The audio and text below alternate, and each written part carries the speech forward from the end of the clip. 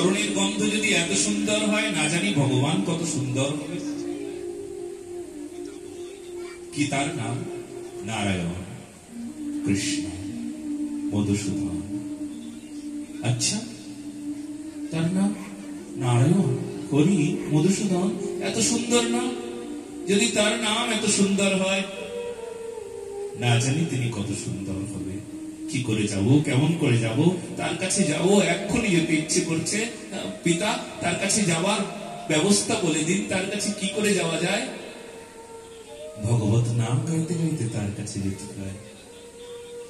খুব আকুলতার সঙ্গে, খুব শ্রদ্ধার সঙ্গে, খুব ভক্তির সঙ্গে শরণাগত হয়ে তার কাছে যেতে হয়। যদি তার কাছে যেতে হয়, খুব শরণাগত হয়ে তার কাছে যেতে হবে। নিজেকে উত্তম ভেবে তার কাছে গেলে হবে না। हम भी शरणागत है,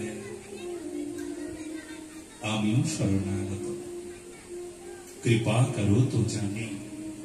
আমিও শরণাগত, এই বলে চলো তুমি, তুমিও পাবে। আমিও তোমার, এই বলে চলো, তুমিও পাবে। আমি তোমার, এই আমিও তোমার গো। এই আমি যে সবার পেছনে আছি, আমিও তোমার। আমি যে অধম, আমিও তোমার ভগবান। সবাই পাবে, শুধু শরণাগত হয়ে চলো, চলতে থাকো। আমি তোমার বলে চলতে থাকো, দেখবে তারে আজও পাওয়া যায়।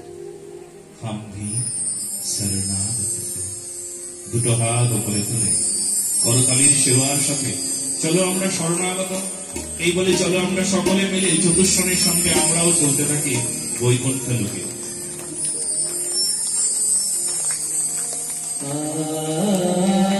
দুটো হাত উপরে উঠে করতালির সেবা একটু পরে আগে রিদমটা আসে।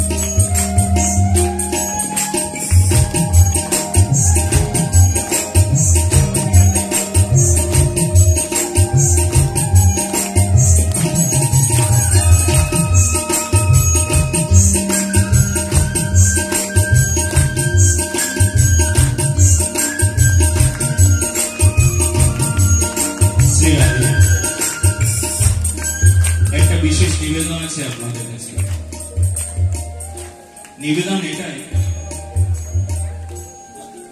আপনারা জানেন এত বড় একটা অনুষ্ঠান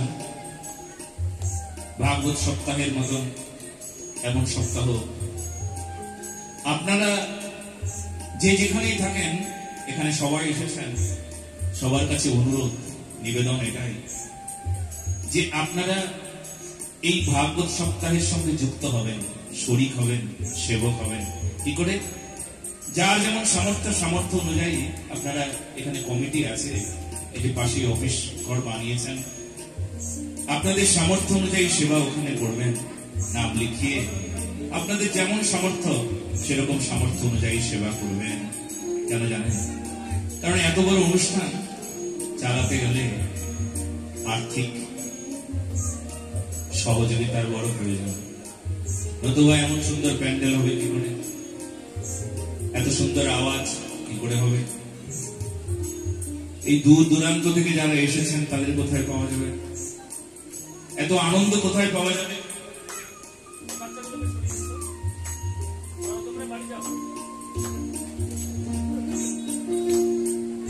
তো সেই জন্য দয়া করে আপনারা আপনাদের সামর্থ্য অনুযায়ী যেমন সামর্থ্য, ওই ওখানে যে কমিটি আছে অফিস ঘর, সেখানে অবশ্যই আপনারা আপনাদের সাধ্য অনুযায়ী চাঁদা সেবা আপনারা করবেন। আর শ্রীমদ ভাগবত মহাপুরাণের সেবায় আপনারা অংশগ্রহণ করবেন, শরীক হবেন। ঘরে বসে ভাগবত সেবা রাখতে ভাগবত করার যে ফল, সেই ফলটা আপনারা সবাই পাবেন। বলো না গো রাধে রাধে।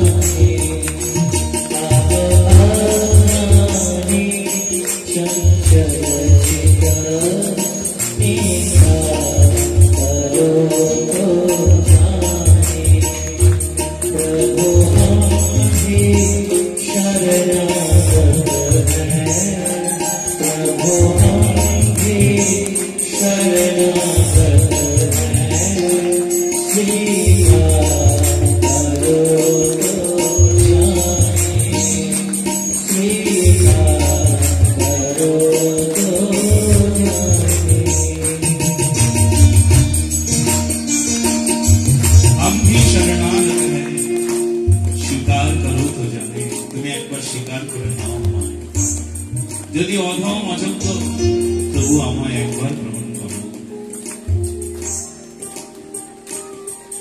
আমি চঞ্চল, আমি অস্থির, আমাকে নিস্তার করো, স্থির করে দিয়ে। ও দয়াময়, আমিও শরণাগত, আমিও তোমার। দুটো হাত উপরে তুলে করতালির সেবার সাথে সবাই একসঙ্গে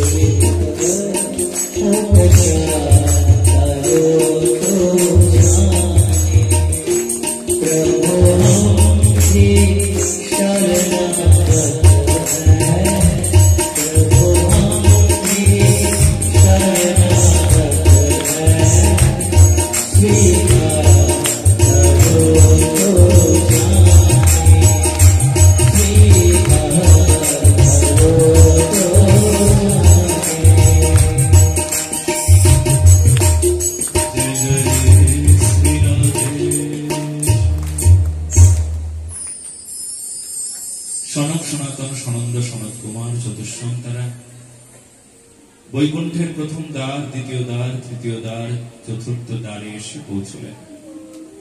দ্বারের দ্বারে জয় আর বিজয় লাঠি দেখাচ্ছেন। 3-4 বছরের শিশু, পরনে তাদের বস্ত্র নাই, লাঠি দেখাচ্ছেন। এই বাচ্চাগুলো, তোদের পরনে কাপড় চাপড় নাই, ল্যাংটো হয়ে এসেছিস কেন? হ্যাঁ, এই লাঠি দেখেছিস? মারবো। চতুষ্ষণ দেখতে 3-4 বছরের বাচ্চা, আসলে তো এরা 3-4 বছরের না, এরা তো জ্ঞানী বৃদ্ধ, দেবর্ষী নারদের চাইতেও কত বড়। চতুষ্ষণ অভিশাপ দিয়ে দিল, আর এত বড় স্পর্ধা, জয় বিজয়।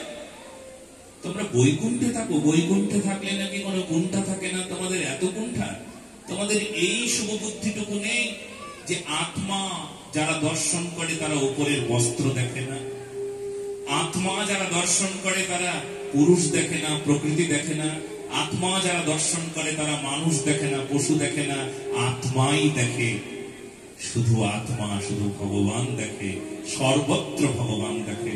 আচ্ছা, তোমাদের এই সাধারণ বুদ্ধিটুকু নাই?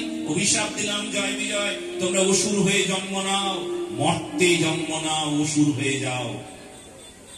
জয় বিজয় খুব ভয় পেয়ে গেল।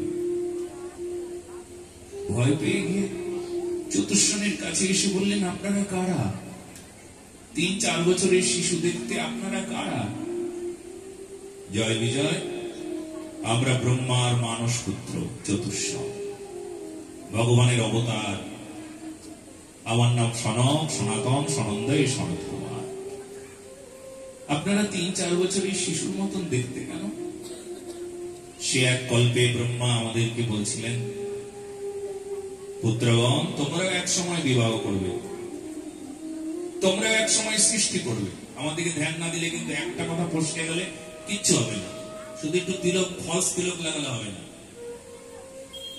একটু খালি একটু তিলক ফলস লাগিয়ে দিলাম, ফুরিয়ে গেল, এরকম না। মন দিয়ে যদি কথা শ্রবণ না করা হয় তাহলে কোনো ক্রিয়া নাই, এখানে এসেও কিছু হবে না। এই জন্য দয়া করে মন দিয়ে শুনতে হবে। চঞ্চল তো এমনিতেই দেখাই যায়, চোখ দেখলে বোঝা যায় কতটা চঞ্চল। তবে হ্যাঁ, ভগবানের কথা শ্রবণ যখন করতে এসেছি একটু কষ্ট করে বসি, ভগবানকে বলি, ভগবান আমি তো চঞ্চল তুমি জানো, কিন্তু আজকে আমাকে স্থির করে দাও, আজকের থেকে তোমার চরণে দাস করে দাও, তোমার করে নাও আমায়। এটা তো বলতেই পারি সকলে মিলে, বলো না গো রাধে রাধে। আর ভগবান এইটুকুই, ভগবান শুনবেন, শুনবার সঙ্গে সঙ্গে তোমাকে স্থির করে দেবে, ধীর করে দেবে, তোমাকে আপন করে নেবে। চলো না আজকে ভগবানের আপন হয়ে যাই। আমরা এই সংসারের আপন হতে পারি, স্বামীর আপন হয়ে গেলাম, বন্ধুর আপন হয়ে গেলাম, স্ত্রীর আপন হয়ে গেলাম, পিতামাতার সন্তান আপন হয়ে গেল, কিন্তু ভগবানের আপন হতে গেলে কি দরকার তা একবার জেনে নিয়ে চলো না। ভগবানকে আপন করতে কি দরকার? তাকে নিজের করে নেব। সন্তানকে যেমন নিজের করে নেয়, ছেলেটা যেমন নিজের, মেয়েটা নিজের, আমার বাবা নিজের, আমার মা নিজের, কত টান কত প্রীতি, অমন করে আমার ভগবান আমার রাধারানীর সঙ্গে অমন প্রীতি, অমন টান, অত ভালোবাসা কবে হবে, কি করে হবে? সেই কথাই তো আমরা শুনছি গো। এই জন্যই তো এত কথা, এই গলা ব্যথা হয়ে যাচ্ছে চেঁচাতে চেঁচাতে। এই জন্যই তো এত সংগ্রাম। কি করে আমরা ভগবানের হব, ভগবানের আপন হব, আপন করে নেব আমার ভগবানকে। আমি কবে গুরুদেবকে আপন করে নেব, আমার গুরুদেব, বাস সেই দিনই তো ক্রিয়া হবে বলো। সেই জন্য কষ্ট হলেও হ্যাঁ জানি কলিকালের প্রভাবে আমরা চঞ্চল, আমি চঞ্চল, আমি চঞ্চল, আমি চঞ্চল, আমি চঞ্চল, আমি চঞ্চল, কিন্তু তবুও তো আমার রাধারানীকে বলতে পারি, রাধারানী তুমি আজ আমাকে তোমার কথা শুনিয়ে আমাকে স্থির করে দাও, ধীর করে দাও। তোমার আপন হতেই তো এখানে বসেছি, নাও না আপন করে তোমার চরণের পাশে, দাসী করে নাও না। পাপে দণ্ড দাও যত, দণ্ডে প্রাণ হোক ক্ষত, তবু যেন না ত্যাগিও মোরে। দণ্ড দিও দণ্ডে দণ্ডে, তবু রেখো রাধা কুণ্ডে, যজ্ঞ করে নিও এ দাসী।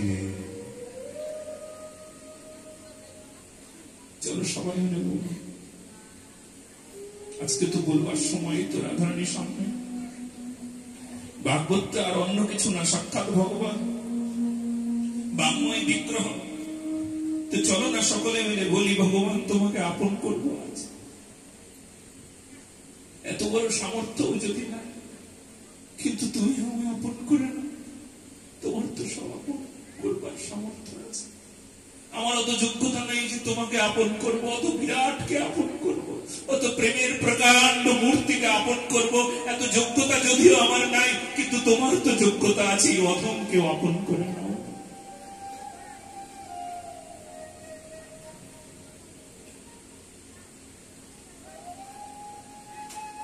বলো না গোরাধীরা। ব্রহ্মা সেই দিন আমাদেরকে বলছিলেন, তোরাও এক সময় সন্তান উৎপাদন করবি। তখন চতুষ্ষণ বলছেন জয় বিজয়কে, তখন আমরা ব্রহ্মাকে বললাম আমরা বিবাহ করবো। বলে হ্যাঁ, বিবাহ করলে কি ভগবানের তপস্যা ঠিক থাকবে? বলে না, কঠিন কঠিন, বড় কঠিন। বিবাহ করবার পর, সংসারী হওয়ার পর ভজন করাটা কঠিন। তাহলে পিতা এমন করে দাও, আমরা কখনো বিবাহ করব না। ব্রহ্মা হাসতে থাকলেন, দূর, তাই হয় কখনো? এখন তোমরা শৈশবকালে ছোট বাচ্চাটাকে জিজ্ঞেস করো, কিন্তু তুই বিয়ে করবি? বাচ্চাটা বলবে না, বিয়ে করবো না। ওই ওকে জিজ্ঞেস করো, তুই বিয়ে করবি? করবে। তুই করবি বিয়ে? তুই বিয়ে করবি? তুই করবি? তুই করবি? তুই করবি? ও দেখো, আমার শুভম বলছে, এবং মুখ দিয়ে বলছে অল্প অল্প, ভেতরে ভেতরে বলছে হ্যাঁ বিয়ে করবো, কারণ ও একটু বড় হয়ে গেছে। তার মানে ছোট শিশু সবসময় বলে বিয়ে করবো না। ওকে বিয়ের কি বোঝে? তাই ও বলে বিয়ে করবো না। কিন্তু বিশ্বাস করো, শৈশব পেরিয়ে কৈশোর আসবে, তারপর যৌবন। যৌবনের কঠিন কামনা। ব্রহ্মা বললেন যদি বিবাহ না করো তাহলে অবৈধভাবে স্ত্রী সঙ্গ করবে, পাপ হবে। যৌবনের যে কামনা, সেই কামনা তোমাকে কুড়ে করে খাবে। আর তখন যদি বিবাহ না করো তাহলে অসৎ উপায় অবলম্বন করবে, অবৈধভাবে স্ত্রী সঙ্গ করবে, আর অবৈধ স্ত্রী সঙ্গ করা অপরাধ লাগবে। তাই পিতা, তাহলে কখন এই কামনা আসে? শৈশব পেরিয়ে যখন কৈশোর আসে তখন বলে না, যখন যৌবন আসে, যৌবন এলে কাম আসে।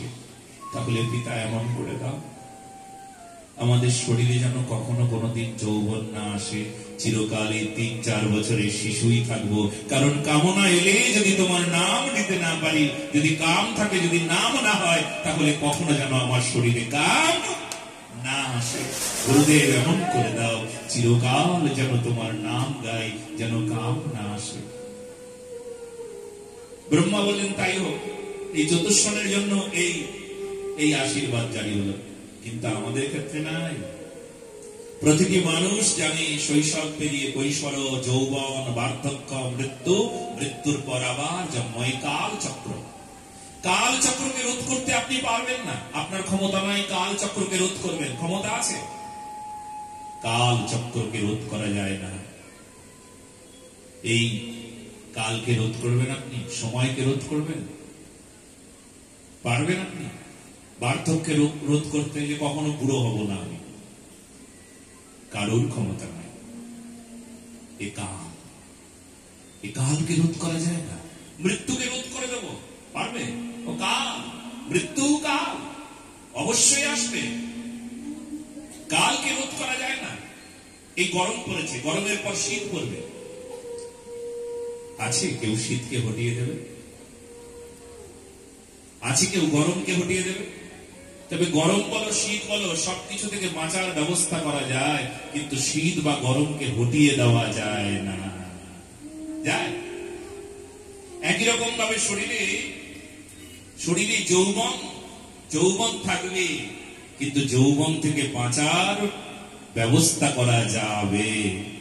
যেমন শীতকে হটিয়ে দেওয়া যায় না, শীত থেকে বাঁচার ব্যবস্থা করা যায়। কি করলে শীত থেকে বাঁচা যায়? বলো বলো বলো, আগুনটা বলে জোরে কবে পান না তোমরা?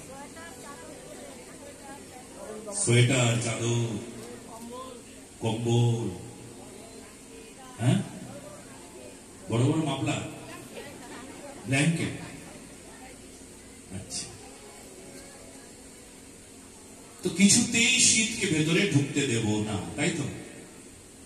এত মোটা মোটা জামা কাপড় পরবো, শীত কিছুতেই ভেতরে প্রবেশ করবে না।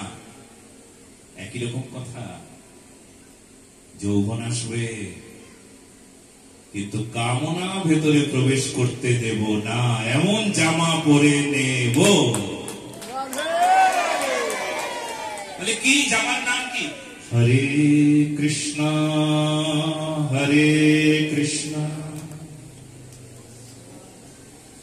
কৃষ্ণ কৃষ্ণ হরে হরে, হরে রাম